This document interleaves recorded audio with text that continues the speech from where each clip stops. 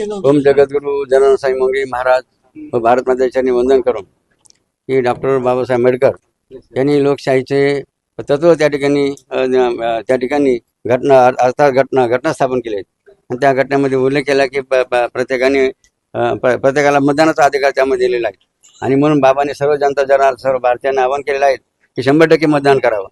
दुसरा मुद्दा महत्वाचा, आता मतदान करावं तर हा मुद्दा बरोबर आहे, मात्र कोणाला करावं हा मुद्दा अत्यंत महत्वाचा आहे. त्यामध्ये आम्ही या जनता जनांना एवढंच आवाहन करणार आहोत की आपल्या हृदयात असलेल्या भगवंताला विचारा की योग्य उमेदवार कोणता आहेत. अशा योग्य उमेदवाराचा आपण काय करा, त्या ठिकाणी आपल्या हृदयस्थ भगवंताला विचारून आपण त्या ठिकाणी त्या उमेदवाराला त्या ठिकाणी मतदान देऊन यांनी भारताचं भवितव्य घडवावं.